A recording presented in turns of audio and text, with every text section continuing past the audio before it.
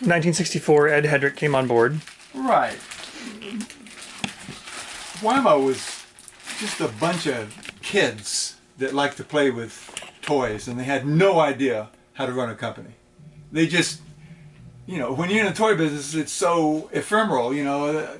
Some product comes out, sells out, and then it's gone. It never shows up again. The fact that it would keep selling blew their minds. Like Frisbees kept selling, they couldn't believe it. Hula Hoop came out, why would anybody buy this? Just kept selling. So somewhere around 64, they realized they needed an actual business guy. So they hired Hedrick as an executive type. He's going to be executive vice president. He's going to run the company. And he realized that he was never going to be one of the boys, one of the big bucks boys that, you know, Spud and Rich and all the inner circle, unless he got tied to the business in some way. And he was somewhat of an inventor. So he came up with ridges. He came up with the professional model. This is better, you know, because it's got ridges, which, of course, slow it down and make it worse. But it's eminently patentable. Very much like when I said to him in his garage when he was coming up with the basket. And I said, you know, this is not really the best catching device. He says, but it's eminently patentable. Yes, indeed, Eddie. You got your finger on the commercial pulse. Anyhow, this was the first of the pros. And Flame. Thanks, Blaine. This is an unusual. This is one of the ones. I thought you were going to go have them turn that down. Oh. So that's the pro. So that's 64, and that's when Hedrick had his entree. And then, so what did he do besides the lines of Hedrick, or the rings of Hedrick, whatever they were called?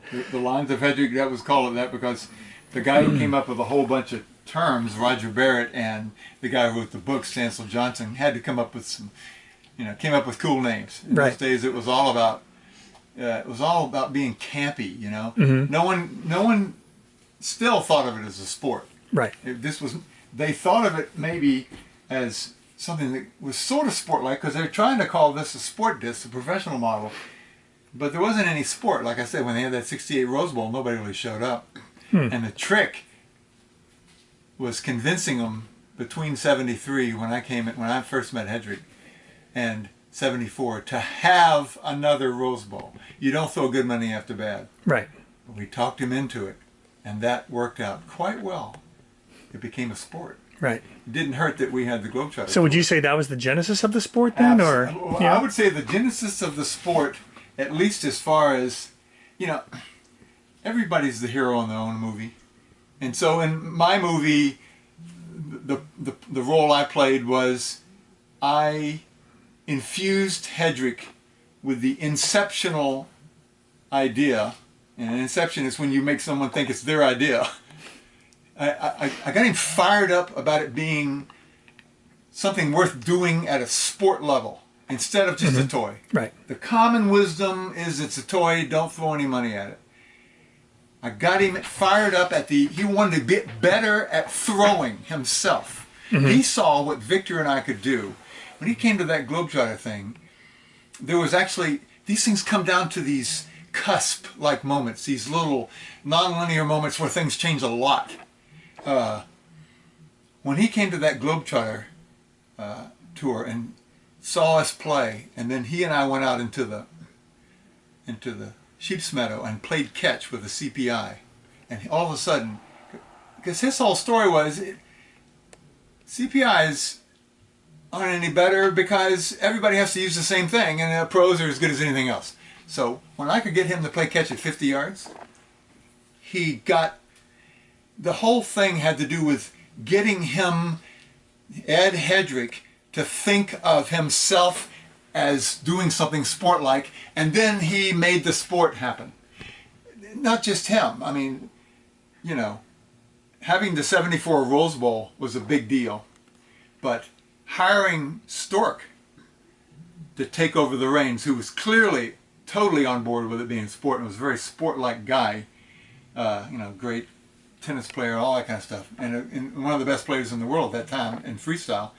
When he took over, then we had it as a sport. It was already going, kinda, but when I showed up in '73, there was nothing. There was no sport. the hard part was getting Hedrick to think that it was sport-like.